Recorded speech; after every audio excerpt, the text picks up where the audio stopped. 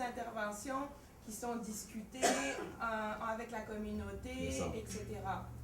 Oui. Donc, par exemple, là, c'était le jardin et la soupe et l'épouvantail. Et dans un autre site, ça va être d'autres types d'interventions suivant les communautés. Okay. Exactement. Puis là, disons que celui-là est assez facile, dans le sens qu'on entrait dans un territoire agricole, on avait un musée, déjà une infrastructure qui nous accompagnait. Il y avait, évidemment, le compte a été créé en fonction de ça. On a établi avec les gens du milieu, surtout avec le musée qui nous accompagnait, une stratégie pour bonifier ce qui était déjà présent.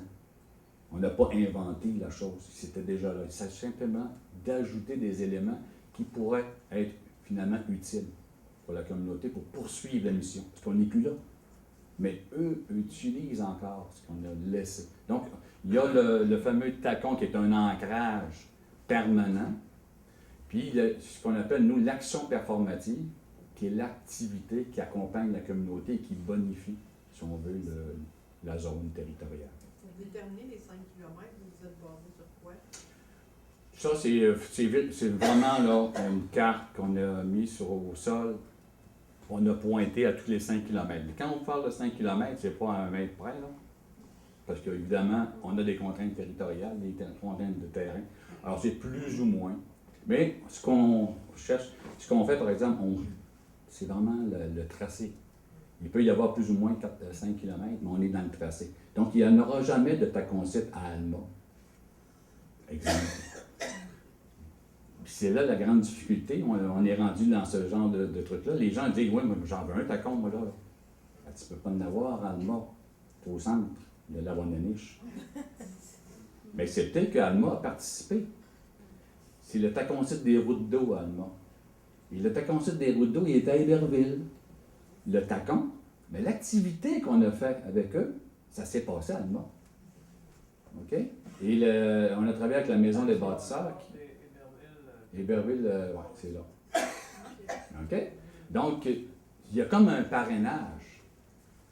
Donc, c'est là, ça, c'est pas évident. Pour une municipalité, là, ils payent, ça coûte pas cher, par exemple, on vous dit.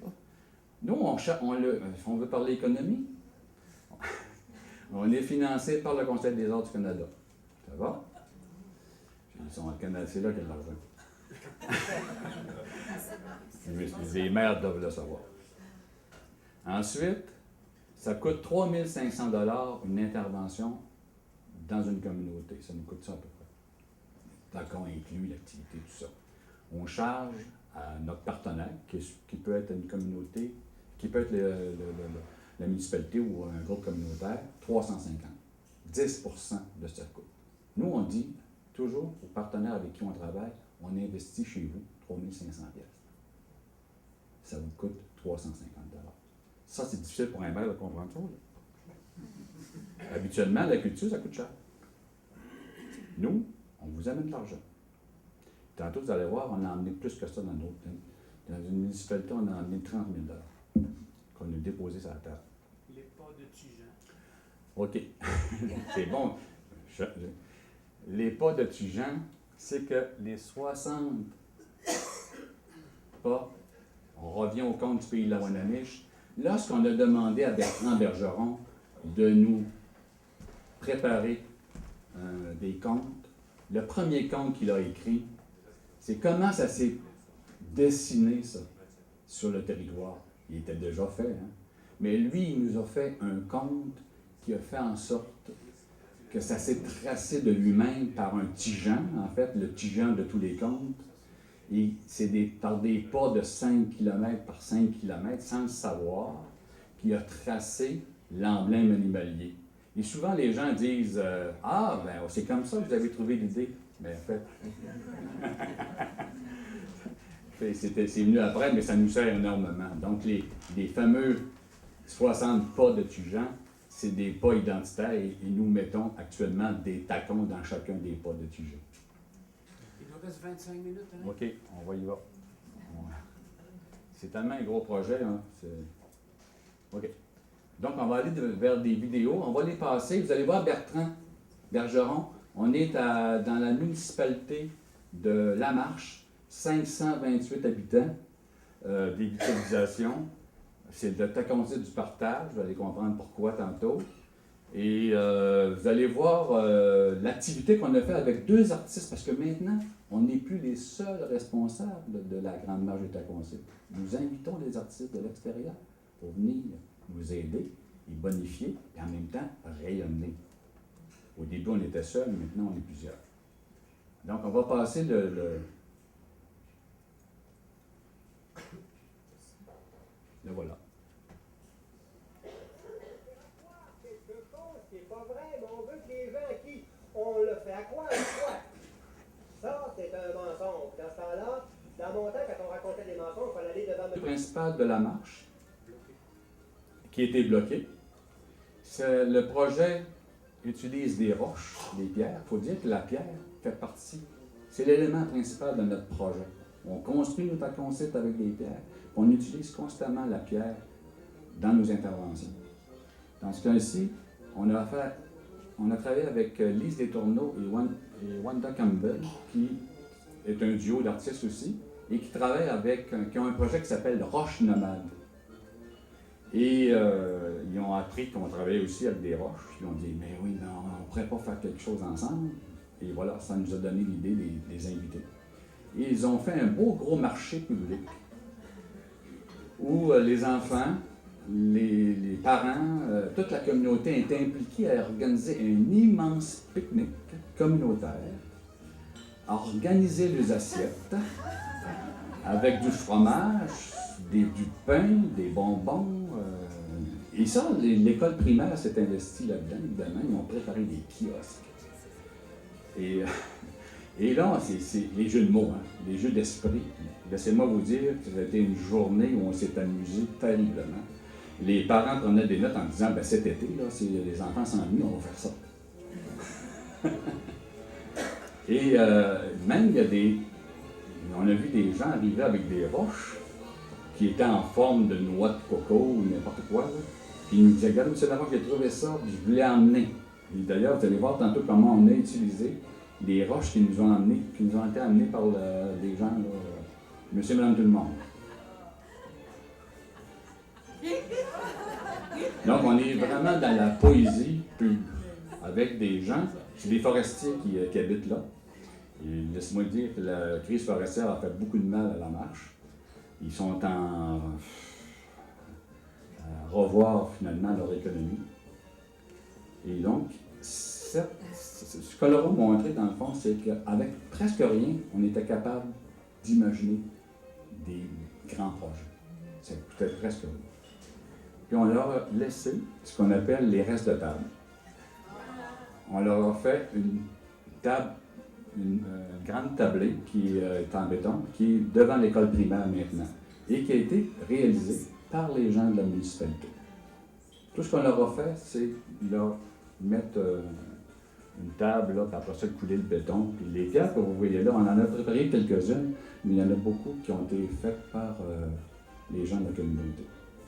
Donc les assiettes, chaque assiette a été préparée pour les groupes classes, première, deuxième, troisième, quatrième année, avec les professeurs, les papas, les mamans qui étaient disponibles, les grands-parents.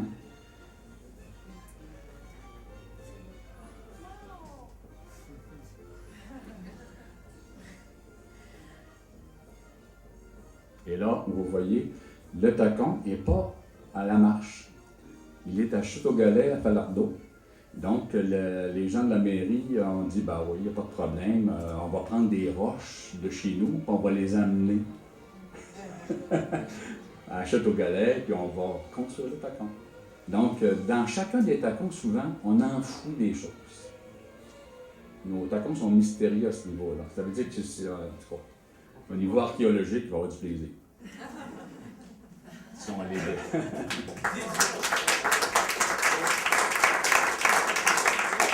Est-ce qu'il y a des questions jusqu'à présent? Oui. Deux. Votre maire, au départ, est-ce qu'il était sensibilisé à la culture ou pas du tout?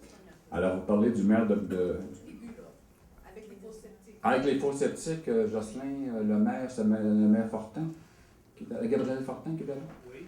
Lui, je pense qu'il était assez ouvert. Ben, en Ça fait, a été difficile. mais on n'a pas beaucoup de temps pour en parler. Bref, l'idée, c'est qu'il devait fontaine, parce que les gens aimaient beaucoup ça le soir, les jets lumineux et tout ça. Moi, j'ai dit, on peut pas là, faire ça, M. le maire, parce que, vous savez, ce serait de trahir, ce serait comme si une femme se met une belle robe, puis elle est crottée. Alors, vous voyez, on ne peut pas continuer à faire la fontaine comme ça, c'est impossible. On va profiter pour changer on s'en va vers une décennie à l'écologie, l'environnement et tout ça.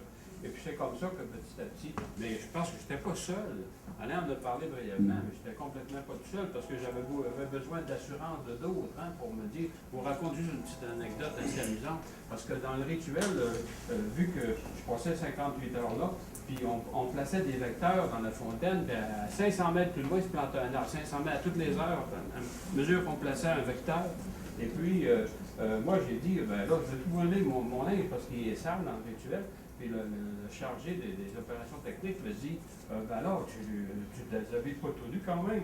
Non, ben là, non, mais ça va. Et puis, quand est venu le temps de faire le feu qui immolait, c'était la première immolation. Après ça, il y en avait une deuxième d'une grosse sculpture que j'avais fabriquée qui imitait le pollueur.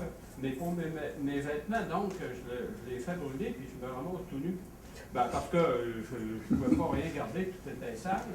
Mais il est arrivé que Radio-Canada était sur la passerelle, et puis ça a passé aux nouvelles. C'est la seule chose qui a passé aux nouvelles. Internationale.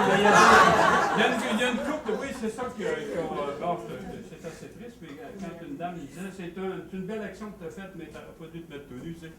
Mais il y a des fois que c'est amusant comme ça. Donc, M. le maire et les échevins, ils ont dû, quelque part, souscrire à l'idée parce que j'avais beaucoup d'amis qui étaient. C'était pas seul. On va pas. Est-ce qu'il y a une autre question? Les roches, puis chaque tacon, c'est les roches du territoire où sont les tacons, ou comme télétransportés comme la marche le fait. Bon. Mais c'est identitaire aux roches du milieu. Autant que possible, on prend les roches du milieu, mais je vous avoue qu'au lac Saint-Jean, il y a des endroits où il n'y en a pas. C'est malheureux. Là, à ce moment-là, on est obligé d'aller en chercher. Oui, j'ai vu. D'ailleurs, c'est un trésor que vous avez. On va passer au taconcite de la fécondité, où là, on a investi dans cette municipalité-là tout près de 30 000 $. Parce qu'on a réussi à aller chercher des subventions que M. le maire n'avait pas accès. Mais nous, les artistes, on a accès à des programmes. Lorsque c'est possible, on le fait.